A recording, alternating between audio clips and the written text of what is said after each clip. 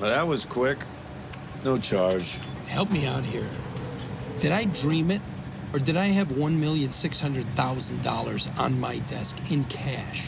When I close my eyes, I can still see it burned into my retinas like I was staring into the sun. No one on God's green earth knew we had it. We could have split it 50-50. We could have gone home with $800,000 each, tax-free. Your point being? Why didn't we? What stopped us? I remember you saying something about doing the right thing. I don't even know what that means. You want to know why I didn't take that money? Is that what you're asking?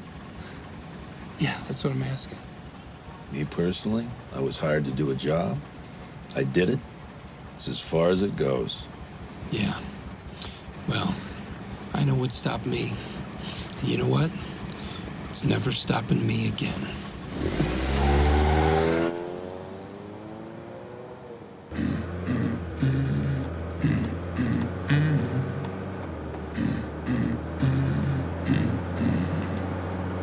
Space Action Podcast with your hosts Chris Carson and DC and Shama.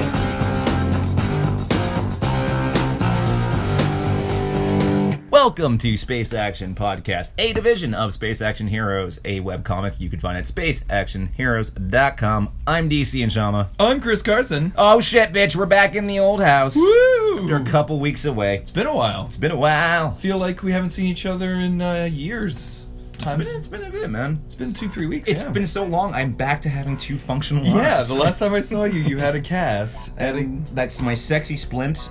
And now I'm just down to, I'm pretty much almost all the way there. Just can't flip it. I honestly gotta say I'm jealous of that scar. Yeah? That is a kick-ass fucking scar. Pretty happy with it. It's great. It is, because it doesn't look like some asshole scar. It looks like a pirate scar. It's got like the horizontal stitches. Yeah, yeah, it looks badass. It's pretty old school. It's like you went to Nam or something. I just got shot in the fucking arm. And as you mentioned earlier, it crosses a pirate tattoo. Cowboys. Or a cowboy tattoo. Yeah. So it's even better. You're like John Marsden. I like to think of my... Oh, shit, I always wanted to be Red Dead's John Marsden. Well, on the theme of desert operatic badassness, this week we thought we'd discuss the return of one of my favorite television shows right now, probably one of the greatest spin-offs of all time. I would argue the best prequel ever made. Yeah, that's right, yeah. Better Call Saul. Better Call Saul. The extension of the Breaking Bad universe. Set 5 years before the first season of Breaking Bad. Yep. And real time, each season is a year, so it usually works out, or it takes place about over a year. Dealing with Jimmy McGill, the man who has slowly become Saul Goodman. Saul Goodman.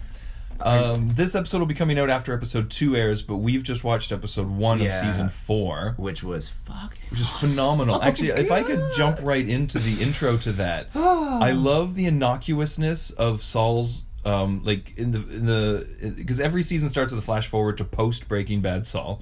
And in this season, it was him checking out of a hospital, getting freaked out by her asking for his social insurance number, him getting in a cab, the cabbie just looking at him getting freaked out. The air freshener said Albuquerque as well, on it, so there are all these little hints. Yeah. But I don't think that was anything more than just showing how this is Saul's life now.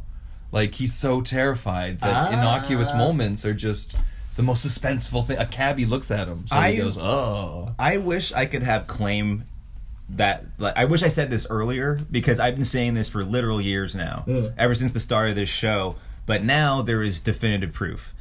In, oh my god, season 2, I forget which episode, there's an episode where Walt and Jesse are looking for a criminal lawyer, not a criminal lawyer. A criminal lawyer. They kidnap him and they bring him to the desert. Yeah. In that scene... Are you with whoever? Yes. What's the name? Saul sees the grave and he starts speaking in Spanish. No, it was not me. It was Ignacio, who's Nacho. It was Lalo, he keeps saying. Yeah. Are you guys with Lalo? Lalo. It wasn't me. It was Ignacio. Lalo's showing up in this season. Yes. They've finally cast Lalo. So my theory is that the second they're like, what? Speak English. We don't know what you're talking about. Saul calms down. And he's like, oh, how can I help you fellas? That means there's only one person he's afraid of. There's only one guy that Saul Goodman can't talk his way out of... And that's Lalo. That's Lalo. Now they finally cast this character. So Who is it? I don't know. Don't know? As far as we can tell, he works for the cartel. I'm spoiling shit for people who don't want to know, but as far as I can tell, he's a brand new character who I think who's involved with the cartel, the Salamancas. Okay. What I find Salamanca. Hector Salamanca, which I find so fucking interesting because they clearly have a long con going on. Yeah. There's been so many small Breaking Bad references in this series that I didn't even notice. Just like so subtly peppered in. Yeah, like setting up stuff they didn't have to do. Setting up his receptionist origin story. Setting up that one dude, that arrogant dude. What's his name?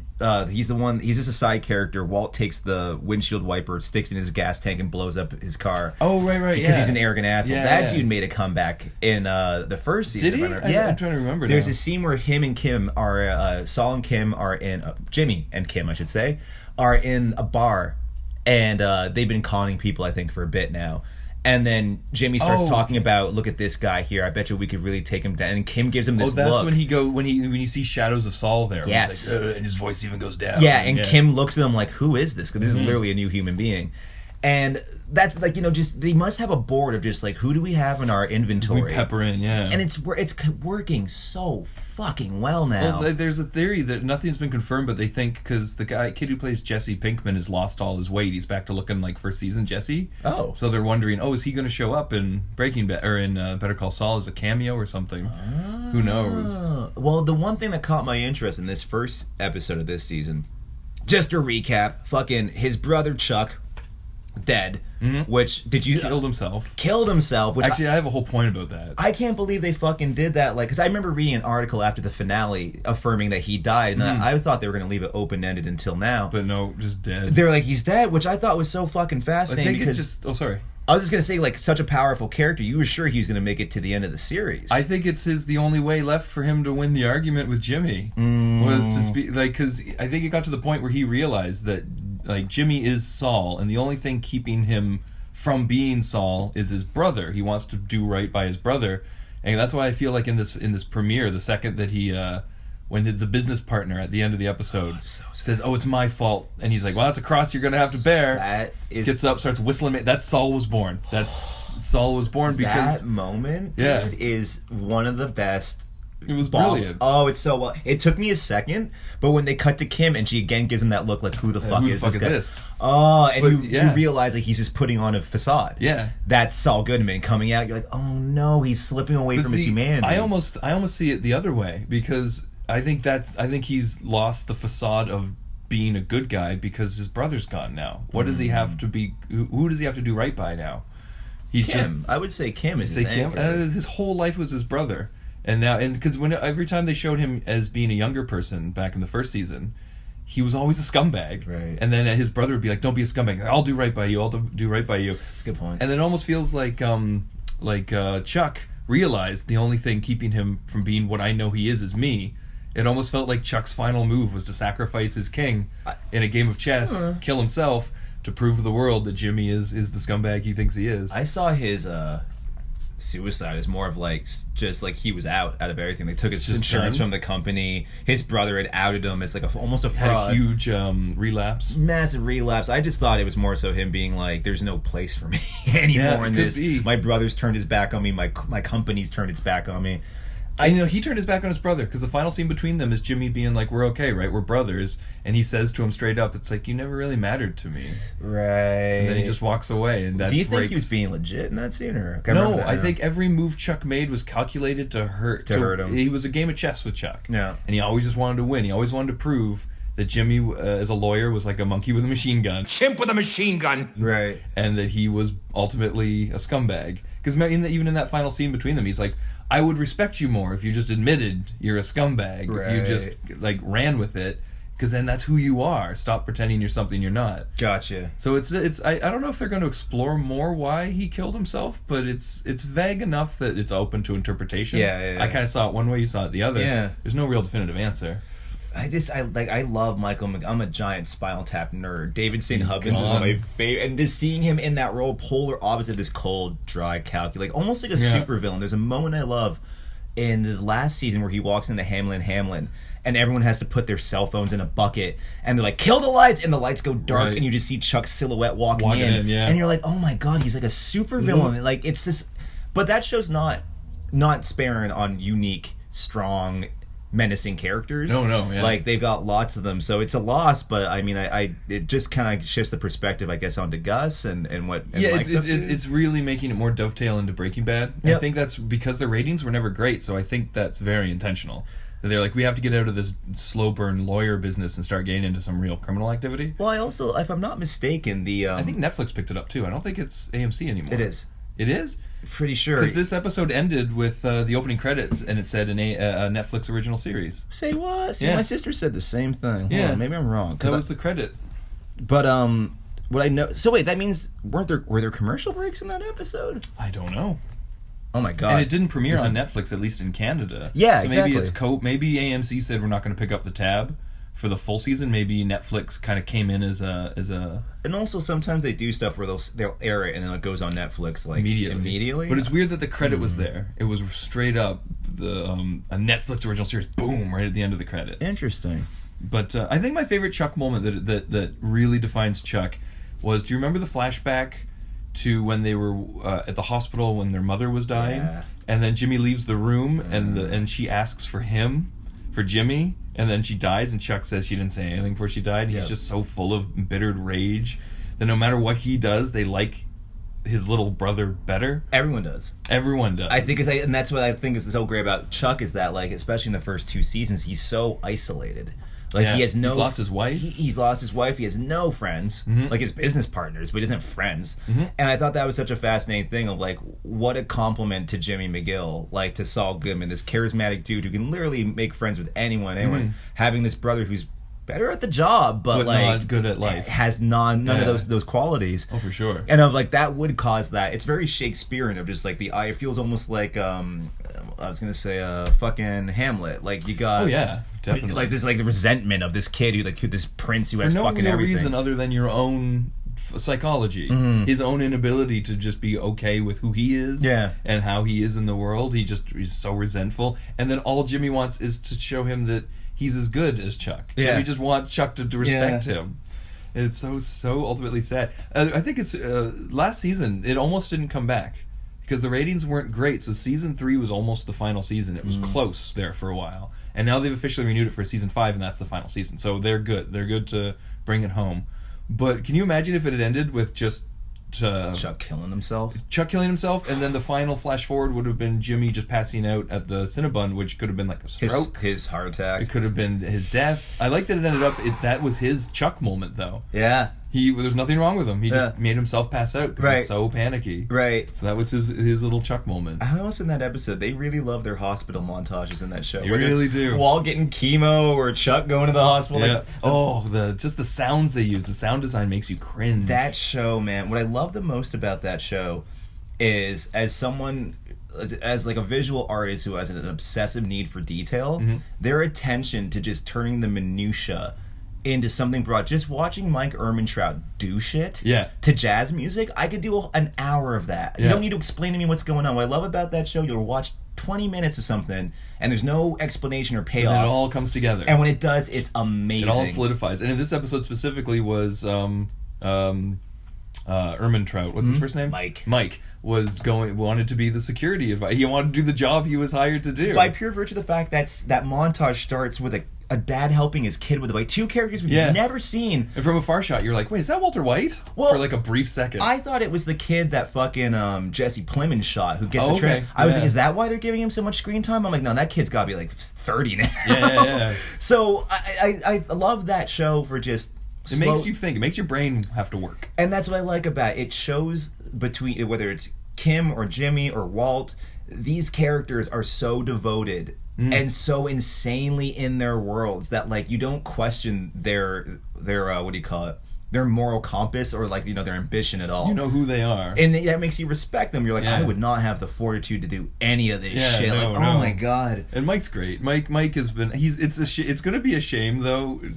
I know you're supposed to watch prequel second technically, but they're all going to look so much younger when you go back to watch Breaking Bad. I thought about that because at the Comic-Con panel this year, they had because Chris Hardwick was suspiciously missing. He's back, though. They brought him back. I know. Yeah. But they had Bill Burr, who played Kubi on Breaking Bad, to come back.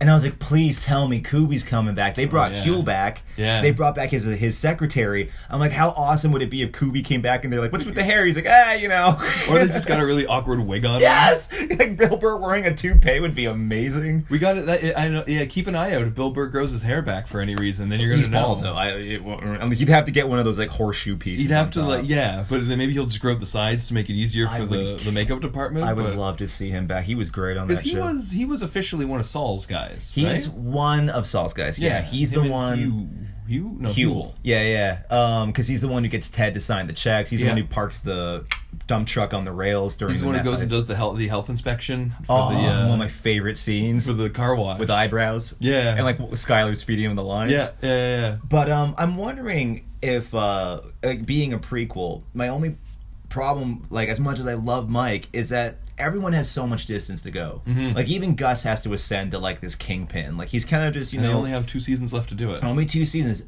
I kind of hate the fact that Mike's gonna pretty much just be Mike until then. Like you can't threaten his daughter or his granddaughter because they're fine. Yeah. At the start of Breaking Bad. Yeah. And nothing's gonna happen to him because he's still the same guy in Breaking Bad. Even though he's lost some of his morals because Saul started with him being a very moral character. He killed the cops that killed his son.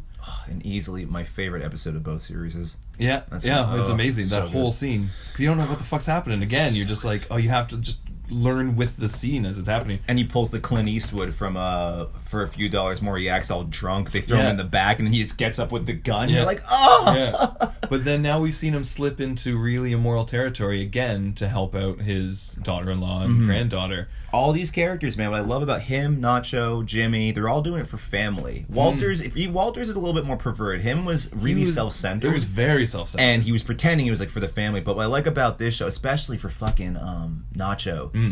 Scorpion? Yeah, Scorpion. Yeah, the MCU Scorpion. I hope he comes back as Scorpion. Too. He's a perfect Scorpion. I like that actor. Yeah. But the one thing that I noticed was that like the cartel storylines were kind of they were just mean guys. You got the twins. You got the Hector Salamanca. Not a lot of depth to them. Not a lot of depth. So I like the idea that they finally gave them a Jesse Pinkman, this young guy who's like, please don't kill my father. It's funny because when you see him in real life, he has like the nicest like wide-eyed face.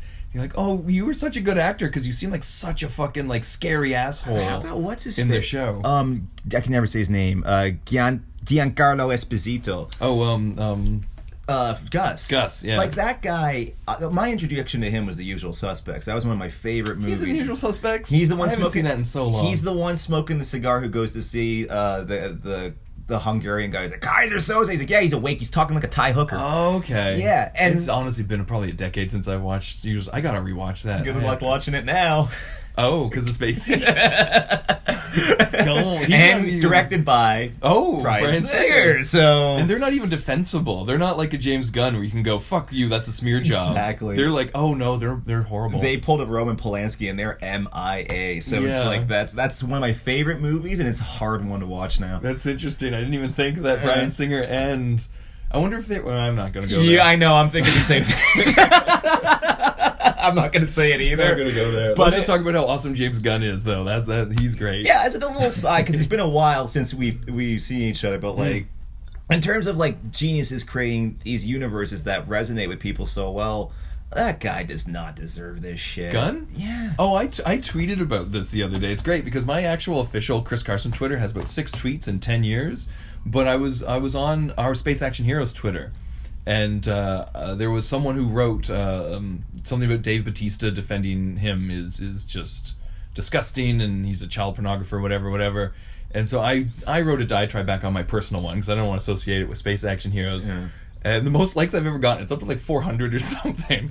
But it's essentially, I just wrote that this is a right-wing troll who's actually accused of sex crimes, digging up tweets a week before the revelation that kids ripped from their parents are being molested in internment camps to muddy the waters and muddy the conversation, and Disney bought into it and fired him for it. And everyone talking about hundreds and hundreds of tweets. He made like 20 off-color tweets Like 7 of them were pedophile jokes. And anyone who's ever done any form of comedy has done shock comedy. His jokes were shitty, but they're just jokes. They're jokes. And it was just to muddy the conversation about actual fucking rapists who, in my opinion, should be drug out and hung. Anyone profiting off of separating children from their families needs to be drug into the street and hung. Yeah. And especially if they're fucking raping them. And it was just to muddy that conversation. It literally was to the day a week before that information came out. Gotcha. That there was over 400 children accusing or saying they've been molested in these internment camps, separated from their parents. Oh, okay. So But no, that doesn't matter because we're talking about the Guardians 3 director. And who else they tried to out?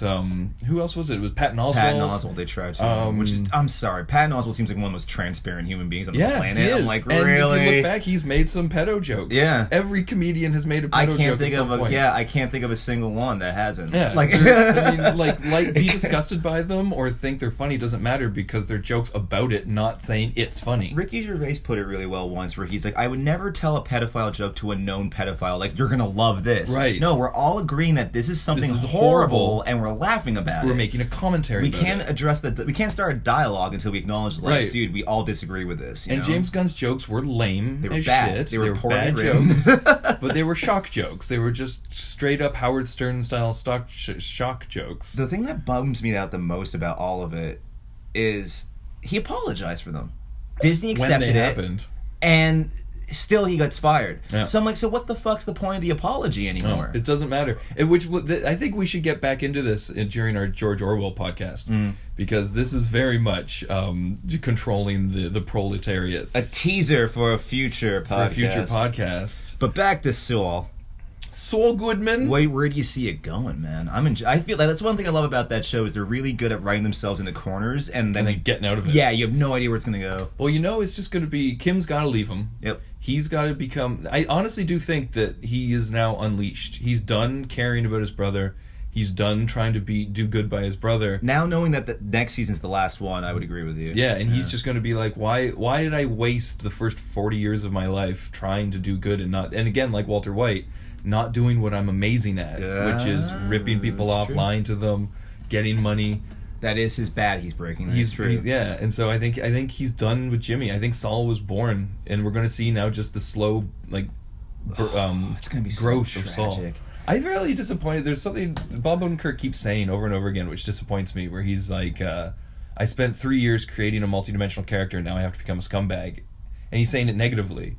But I'm like, isn't that a great and acting? also, you knew that was in the pipeline. You knew that was in the pipeline, and isn't that so fast? Like, it's always more fun to play a bad guy than a good guy. And especially a bad guy who was once a good guy. Good, yeah. That's the most interesting one. Like, the exploration of that character, to see him actually abandon his humanity and just become a monster would be so much fun. And, like, in the last 4 or 5 years, seasons of Breaking Bad, people kept saying, I want Walt to win. I want him to win. Because that was how convincing that character was. He was poisoning kids and murdering people, and you still wanted him to win. All for his own selfish means. Exactly. So, I'm like, I'm not sure if he's like, oh, fuck this. I'm sure he's not minding the attention and the nominations. Odenkirk. He just keeps kind of complaining about it. Like, he's like, it sucks that I have to go and make him a scumbag. I've loved this character so much. I've given him so much depth. He said it in multiple interviews. I'm sure, like, when push comes to shove and he has to actually commit to those scenes and do them, it's going to be something. It's going to be amazing. Amazing. Like, I think about one of my favorite moments from Breaking Bad, because one of the things about that show that was always so fascinating,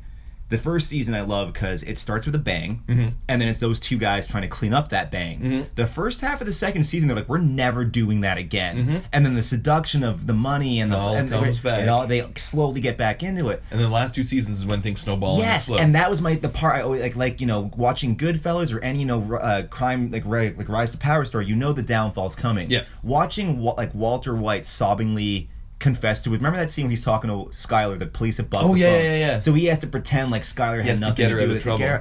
You're like, this is what's the most interesting part. Yeah. I don't want to see this guy. Well, that's a lie. Let me rephrase that. The journey of that guy getting to the top isn't as interesting as watching it fall apart, in my opinion. Exactly, for sure. So I would love to see Bob Odenkirk just have one of those scenes where you see him just be like, Jimmy McGill's fucking dead. Just gone. Yeah, like, I'm going to commit something so atrocious, I'm going to lose everybody. Yeah, and it's absolutely fascinating to explore someone who was a multifaceted person and then life turned him into a two-dimensional person. Yep. That's fascinating to me. Yeah. To be like, well, fuck it, I'm a scumbag now. Fuck you, maybe I am the villain, fuck you. It's interesting. I remember whenever watching Breaking Breaking Bad, what I loved so much about Saul Goodman was between Walter, between Jesse, between Skyler, between everybody, Hank, he was the only one who wasn't putting on, well, at least we thought, a facade. Yeah. Saul was Saul. Like, Saul. he through and through. Which I do think that's him. I think Jimmy is Saul. But it's kind of interesting now knowing that, like, this guy once had a face that he wore, and watching it slowly peel away. Let me ask you, I just read this. Those black and white flashbacks. Flash forwards, I guess. Flash forwards. Yeah.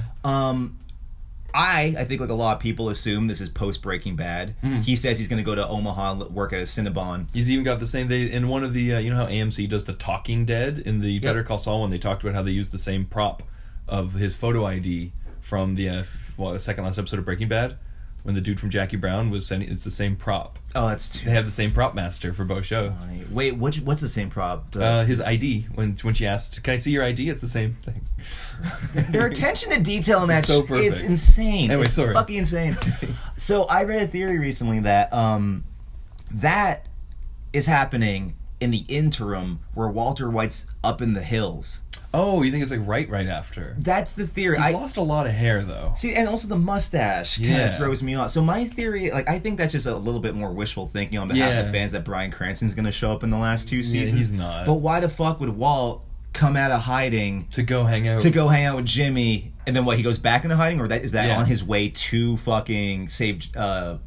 To going back to Albuquerque? It's too complicated because we know Doesn't make sense. there's only one season left. That means there's only about 3 minutes of black and white flash forward left for the whole series. Right. So that's too much to cram into that. I don't think it's gonna happen. No. I would like to see when the second Gus in this last episode was like conflict brings war brings the DEA. I was like, Hank Schrader, please tell me fucking Hank Schrader show, or even I'll take Gomi. If Gomi showed up. When Saul first started, I think we talked about how I really wanted it to start as a prequel and then end as a sequel. Yeah, sandwich it. Yeah. It doesn't look like it's going to go that way, but I would love if next season 2 or 3 of their 10 episodes was the black and white stuff. That would be great if they actually expanded it beyond more than just the first episode's teaser. I'm trying to think. Because it's just going to be him dying, probably. It's probably going to be him being shot. Maybe that guy in the cab was from the cartel that he never, that he thought Walt and Jesse were part of. Maybe he's just going to get shot, maybe not. But we only got about 3 minutes to sort it all out. It's a shame, though, because despite the fact he dabbles in some fucking horribly dark shit, Walt's death kind of felt merited. You're fucking with drug cartels, you're fucking with fucking Nazis and shit. You're gonna get. I love that he didn't die of the cancer too. That's right. Died of a bullet wound that he inflicted technically on himself. Yep. Only Heisenberg can kill Heisenberg. Exactly. But Jimmy doesn't seem like he deserves death, and I don't know how you end that character's arc. But then like I guess it's the meta message you're going for. You're going for crime doesn't pay. Because that's how I kind of looked at this flash forward, was how every innocuous moment from his life is pure terror for him. He's not living anymore. No. He's just in fear. I think it's the very first episode where they show him working as Gene. He goes home to his little house, and then he opens up that box, and he starts going through his Saul Goodman shit. Yeah. To me, that was it. I'm like, he's living in hell. He's living in hell. He wishes he could be that guy again, but it's all gone. Watching his old videos. Just sadly sitting watching his old videos. Sad. And he's going to lose Kim. See, that's the thing. I think Kim gets whacked. You think she's gonna die? Because what else would scare him into that's it? I have to just be Saul. Or just also take away his last grasp on humanity. Yeah. Because I don't think she's never mentioned. We never see her. And on Breaking Bad, that universe, they like to keep things concise. Yeah. You know. And again, unless they do a whole episode in black and white, there's not much time left for the future. Yeah. So she might get whacked. That might be because, like you said. I felt that with his brother dying, that was him becoming Saul. But he does still have that tendril. It's not as strong, but he has that Kim tendril. Yep. Her dying would definitely be like, well, I have no fucking reason to be in any way good now. I mean, like, the lesser version is that she's just like, fuck you, I'm done. But wouldn't it be a little bit more if, like, Nacho goes to him for help, gets him fucked up with the mob, possibly this Lalo character. And Lalo kills whacks Kim. her, and then he's just like, that's it. Like, I can't do this anymore. He goes back to Albuquerque. And then once he's out of that, that's why he's all paranoid in the black and white. Still waiting for them.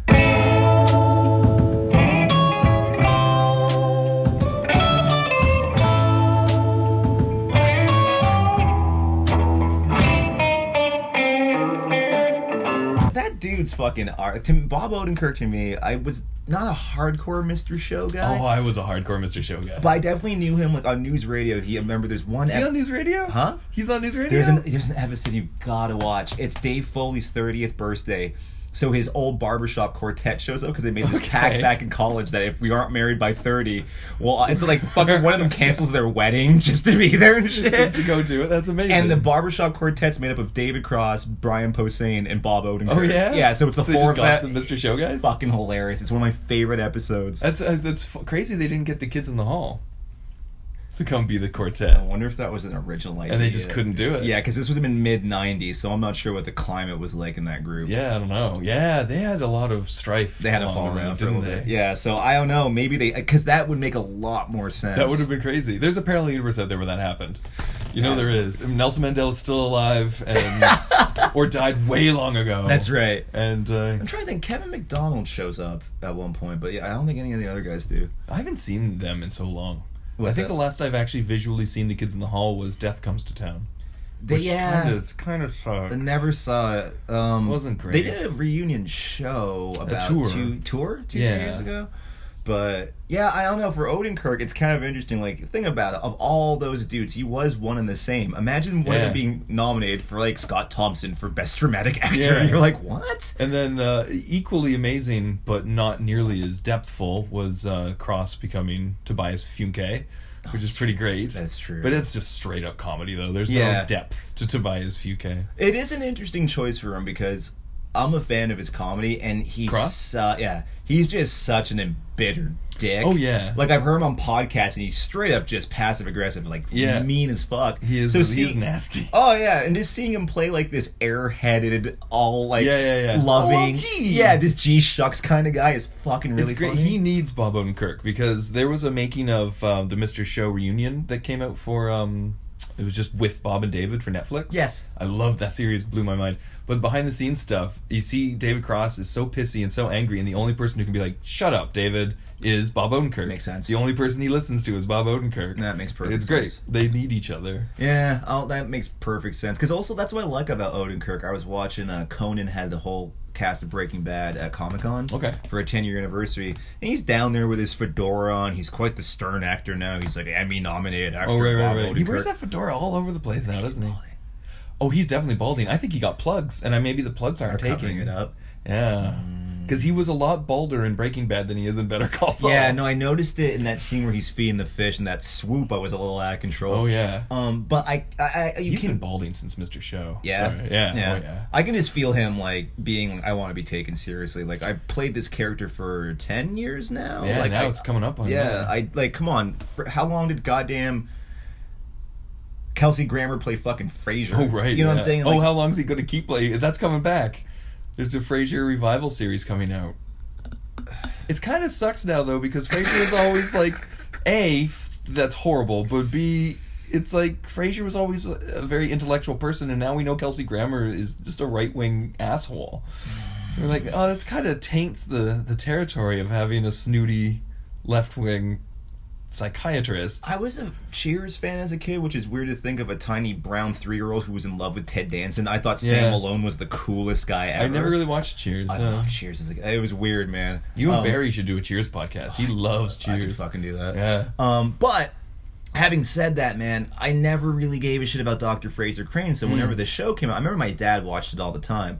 But I just got so sick of that. Every episode was the same premise: big gala, something goes wrong, and Fraser bumbles his way through it. It was the Three's Company thing too. Every episode had a misunderstanding that led to more chaos. Yeah. So just straight up out of Three's and Company. And then cue fucking scrambled eggs, and you're out. And I was just like, the only part of that show that gave it any diversity or interest was Jane Leaves and John Mahoney. Yeah. And I'm like, exactly. So I'm like, if you're just gonna have Jane Leaves as Niles' wife, like, what are you doing there?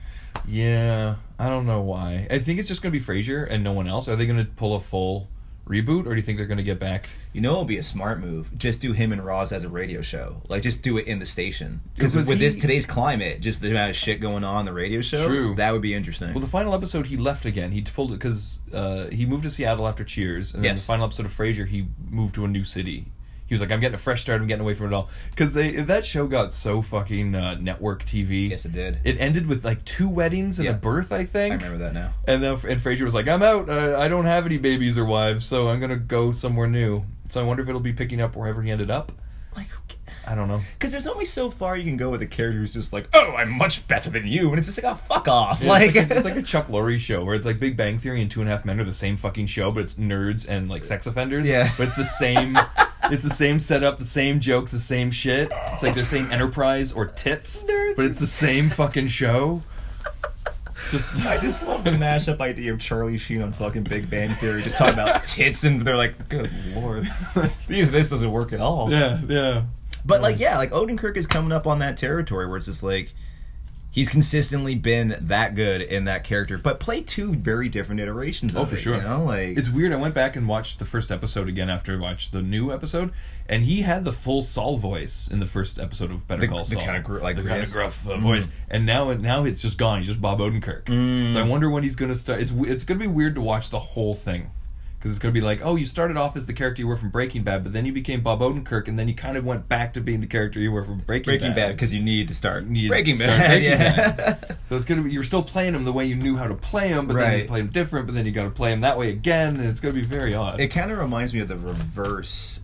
Let me check my math here before I say this. Yeah, it's the reverse of what Kevin Conroy did for Batman. The original episodes of the animated series, his Bruce Wayne voice was really up here. Oh, right. And he had a dark, like, down here Batman voice.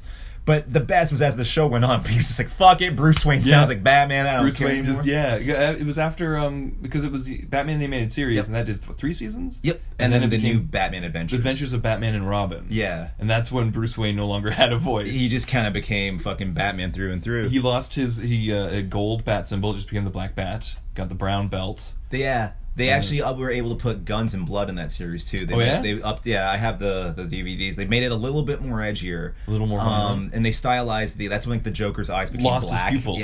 Yeah, the style of that season is so fucking cool. Best Joker still by far. We'll have to see if Joaquin Phoenix can pull it off in the prequel as a comedian. Who wants these things? Directed by Scorsese. No, not directed by, produced by, which means he was like, hey, put my name on it and you'll get more money from investors. Pretty much. He's an executive producer. So it's nothing to do with him other than to get capital for it. You know, and again, because I'm trying to keep this anchored on Saul, why can't you just kind of, like, in terms of like intellectual property, these guys found a way to create a show that not only embellishes Breaking Bad, but it's completely different. It's completely different, but it builds on it at the same time. Yeah, has the same DNA, like the cinematography and like the idea of a character changing into someone else. Yeah. But having said that, it's completely watchable as a new series. Oh, for sure. You don't need Breaking Bad for Better Call Saul. No, and I just like, you don't need. Why do you keep predicating everything on Man of Steel? Right. Like, why don't you just go back to standalones? I don't know why you keep redoing these same characters. Your animated movies, even though I'm not a fan, are beloved by everyone, and they make massive amounts of money, and they're all standalone pictures. You think because people are going to start getting... this has become just a comic book movie podcast, but people are going to start getting sick of universes soon. Like, Marvel has their universe. Good, we're good. We don't want any more. Just do standalone shit. We don't want to see a universe anymore. DC recently rebranded their cinematic. They called it. Yeah, it's not called the DCU anymore. It's called like the DC universes. It was something that kind of applied. They're going to do the multiverse thing. A DC story. Fuck that. James Gunn can move to DC where Booster Gold is waiting. Oh, that just came out an hour ago at the Hollywood Reporter. That dates our recording of this. I like the DC's like, yeah, we don't, come on. Please help us. DC, I think I mentioned this in a previous podcast, that they fucked up by not getting Edgar Wright to come make The Atom. And that's just fucking into standalone movies. Well, I want to say... It's extended universe... I want to save some of my these movies discussion for a little preview of our Orwellian podcast, because I think this ties into a little opioid of the masses. But we'll get into that for sure. This is the modern day beer and bread. Who's your favorite Breaking Bad character out of Saul and Breaking Bad? Who's out of all of who's the most fascinating? Well, because I loved Saul in Breaking Bad. But then who was it that said, there was someone who recently said, like, when people ask me who's your favorite character, if you say the main character, they all kind of roll their eyes at you, but you're like, but he's the main character for a reason. Yeah. I love Walter White. Yeah. Walter White is the greatest character in all these shows. Yeah.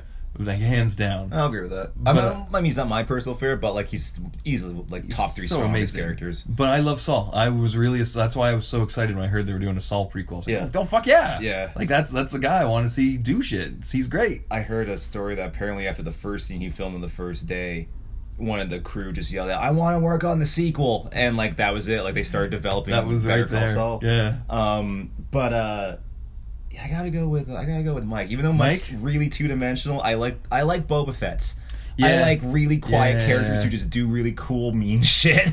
It's weird watching Better Call Saul because you're gonna end up just having the most tragic, meaningless death by the hands of a such an shithead. asshole, yeah. At the hands of Walter White. And you're like, aw. It still hurts. Aw. I love Mike's samurai death though, by the Yeah, riverfront. just like, let me die in peace. and like one of the few fucks in the series, shut Yeah. the fuck up and let me die in peace. Yeah. But I don't know. Like I think that's what's going to be kind of interesting about Mike's story in terms of this movie is that he started off as just a dude in a booth. I guarantee the last shot ends with him. It's just like a dude sitting in a chair working for Gus. Yeah. and he's like, I'm kind of doing the same thing, but I But kill people different, now. yeah. Like fuck. What is his introduction in Breaking Bad? What's his very first scene? Whenever Jane ODs, that's He's the cleanup guy. cleaner that they call. And I remember hearing that his first scene, because I can't remember what it was, but his first scene was supposed to be a one-off. Yep. But then they liked him so much. Well, you can kind of tell because and it's really left ambiguous. In that scene, I think Jesse calls Saul, and then Saul says, I know a guy. and then he shows up. It's never implicated he works for Gus Fring until later on in the Right, series. they kind of retconned it. Yeah, so then he became like he was essentially Winston Wolfe from Pulp Fiction. That's what I was about to say. and then Yeah. now all of a sudden he's like, no, he's been Gus Fring's number 2 guy for ages now. Forever and ever. So it's I guess that's just a credit to how awesome Jonathan fucking Banks is. Yeah. Like- Gus knows. I'm going to call him Scorpion because I keep forgetting his name, Nacho. Gus, that look he gave him at the end of last season, he knows he poisoned 100%. Hector. And that's what I thought was so stupid about that first episode was what of this season where he's trying to drop the pills down the storm. I'm like, put them in your pocket, Yeah. and wait till you're at a bridge. And then he did that, and But then Gus's someone- dude saw him What, anyways. was it Gus's dude? It's the dude, the box cutter guy who gets his throat slit. It was that guy. Oh, okay, interesting. Yeah. Oh, there's so many little things. It's nuts, dude. That universe they're keeping it so coherent. It's really impressive. Also, why not just pretend to tie your shoe and drop the pills down the grate? I don't go to the bathroom. That was a moment. Flush him down the toilet. That was a moment of manufactured suspense where I was like, oh, come on. I know. I know what it is. They got high on that one scene from the last season where he had to plant the pills on Hector. Yeah. That they were like, we have to find equally impressive Equally, ways for yeah. him to get rid of him. I was like, dude, go to the bathroom. Yeah. Drop him down the toilet. Put the pills in your pocket. Like they're not. Done. You're done and Done. done. Like I don't get how you're making this so hard for yourself.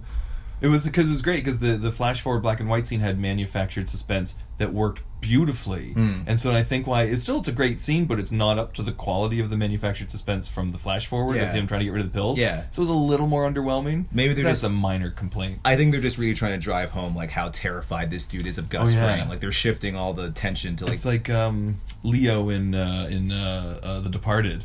He's just always internally fucking terrified, but his hand never shakes. He's just doing that. I want. Yeah, he's easily like the character.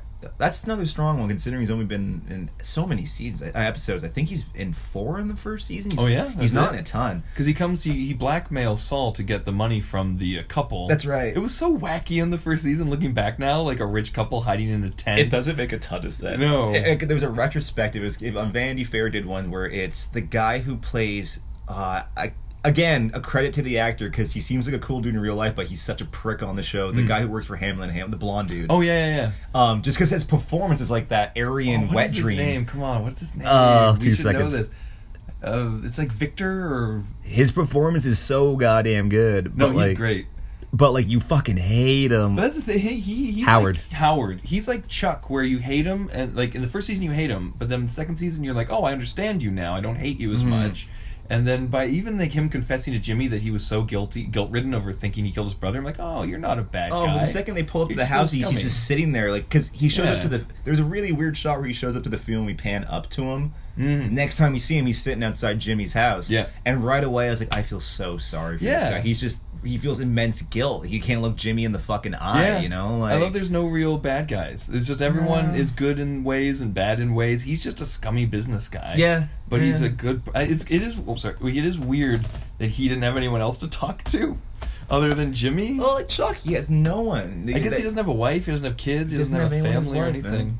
That makes him even sadder. I know, like that scene where he's reading the obituary and like Jimmy's sitting here just watching two lonely men talk to each other on the phone, and you're just like, oh my god. Yeah, I love that he just puts the phone down and walks away because he's like, I'm done with this. He's like, I can't engage with you or hearing the accolades of my brother you know, like I just can't. He's gone cold. It was the whole like after a tragic event, you sometimes feel nothing, you just go cold, but then you know it's going to come out, you just don't know how. Yeah, and I like it came out with him being like, I'm going to make coffee. And like, oh god, that's amazing, because you know he's going to snap at some point. Yeah. It's gonna be good. It's gonna be good when he snaps. I cannot wait, man. And also, like, the pumping the gas with that cartel storyline. I like where they're going with that. Mm-hmm. Hector's is going to be in a coma now. He's gonna become he's got the stroke, so he's gonna be or not coma. Sorry, he's just gonna be. He's gonna be wheelchair selling. Yeah. Shit in his pants to discontent. Yeah, with that face that he gives. And then we know it is weird. Prequels always do suffer from that, because it's like no matter what Gus does this season, we know he's just going to get blown up with a wheelchair bomb. Right. There's not really a lot of threat for him. It could be one of the over the top scenes that I don't like in Breaking Bad of him walking out with his face half gone. It's a weird one. It's a weird shot. Yeah. That wouldn't happen in real life. No, there's no physical way. Like if half your brain was burnt out of your skull, you would not be walking around. It was that. There's two scenes in Breaking Bad. It's like how Breaking Bad has one pointless plot line of Hank's wife stealing the kleptomania thing. Only thing that goes nowhere. And then the two scenes that bug me in Breaking Bad are that, his death walking out with his Two-Face face, his Batman Two-Face face, and the guy that shock paddles himself to death as a suicide once the cartel gets busted.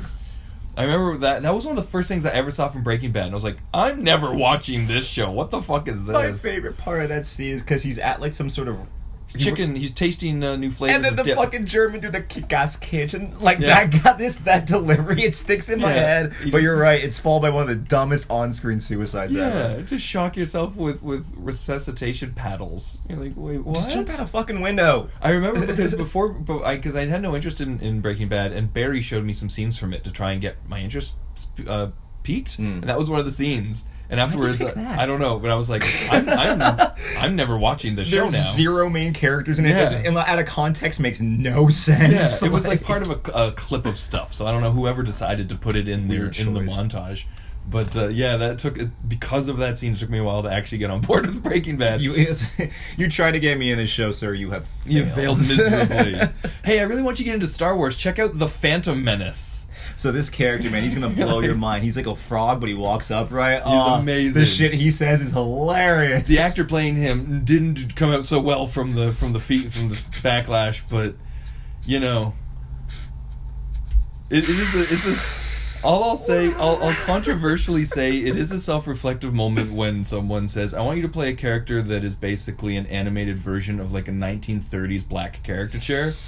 You kind of maybe should say no to that in the first place, but that's no excuse for monster asshole fans just like making him want to kill himself. That's same with like what's her name, Kelly Marie Tran. She played the new one. I was just like, she didn't write that character, right? Make Ryan Johnson want to kill himself. Seriously, make George Lucas want to kill himself. They're the actual creators of it. Yeah, they're the ones who cast them. They're the ones who put them in front of these movies, gave them these lines. Like if I wrote the prequels, I would fully expect someone to make me want to kill myself, and I would be like, yes, sir, that is your right to do that. It's so weird because you hear like Kevin Smith talks about it quite openly that like people write you're a piece of shit all the time. They don't go after Jason Lee. No, yeah, exactly. I don't know what it is about. People are monsters. We're being light, but people are fucking monsters. Modern trolls that have nothing else to do but scream into the void. I guess it's because Star Wars has the advantage of like it's different directors and cast, so it's a little bit we have to pick a single person and out just of one. center it out. Yeah, I mean, Rose was a terrible character, but I mean, any one of us would have taken that role if offered it. Exactly. Anyone would have taken that role, and also it's not like she's the most offensive thing in that movie. No, so by far. It's not like it's like stars and it's amazing, and then she's the one bad thing. Yeah, exactly. But yeah, man, I can't wait to see where this season goes. Oh, it's going to be intense. And like we said at the top of the podcast, this will air after episode 2, so any of our ponderings of what might happen may be disproved, may be proved, who knows? And knowing that show, dude, they're going to do something insane in like 1 or 2 weeks, and we're going to be like, fuck, we have to do an addendum. We'll just do it over the phone. Or just you know what we should do? Just every preceding podcast until this show's done, we'll do a week for week. Yeah. Like a recap. Like even if it takes 2 weeks and then see like, okay, so what the fuck? What the fuck happened? Can you believe that Howard fucking ate an entire possum? We're going to have to, we'll just edit in a segment Not to destroy the magic of making podcasts, but we do them ahead of time. Can we call it the Saul recall? The Saul recall, yeah. We'll just every week we'll do a phone interview with each other or something, and we'll just cram it into every one of our podcasts. I could do that. Dude, I could do a Breaking Bad retrospective if we just went week for week. I love that universe so much. No, it's good. It really grew on me because it's funny because last week I did the Battlestar one, and it's the exact same situation where I started Breaking Bad in the second half of the last season after the break. Okay. Exact same way I did Battlestar. So I binged the whole season and then watched the second half of the last one live week to week. And I think, alternate to Battlestar, I think it's better week to week. It gives you time to sort of digest what happened and sort of work on this show. Breaking Bad, I think, is better week to week than binging.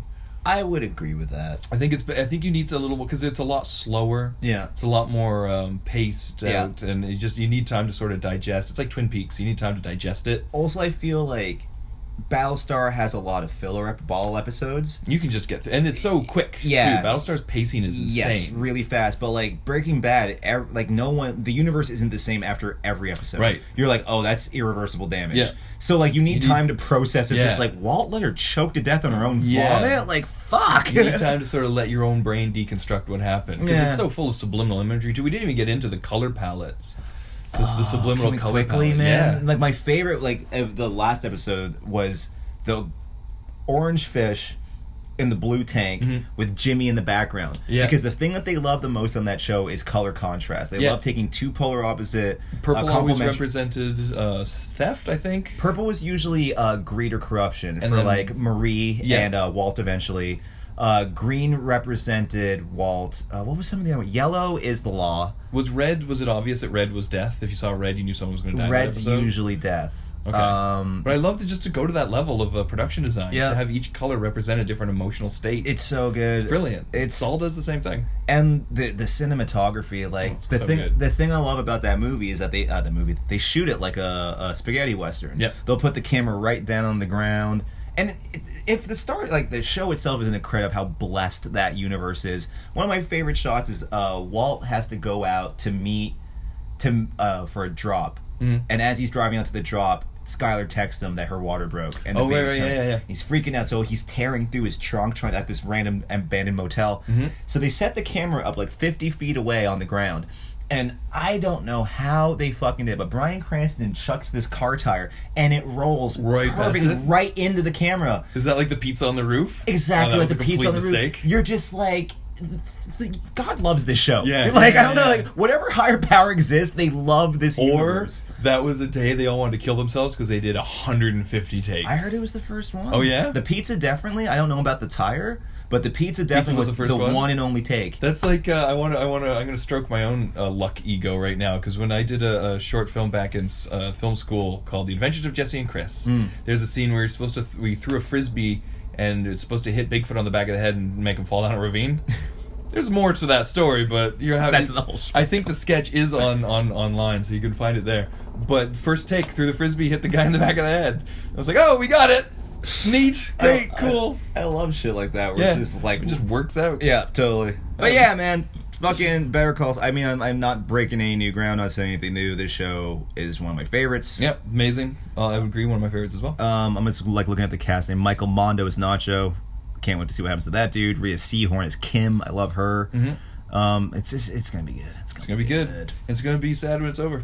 It's gonna be sad watching everyone turn into an asshole. I hope the world doesn't end before Saul ends. That's the worry with everything now. It's like, what's gonna go first, the power grid or the movies we want to watch? Yeah. Either way, we will have entertainment. We're gonna get an asteroid, or we're gonna get the final season of Better Call Saul. Which is it gonna be? Which one's coming first?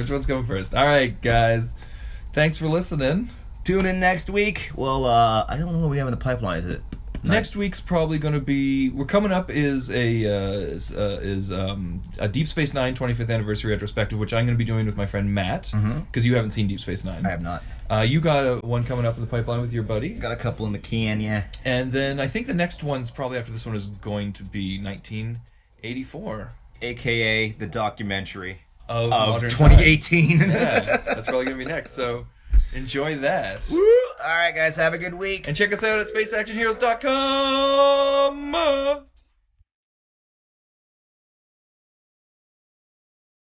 Better call Saul. Better call Saul. Better call Saul. All right.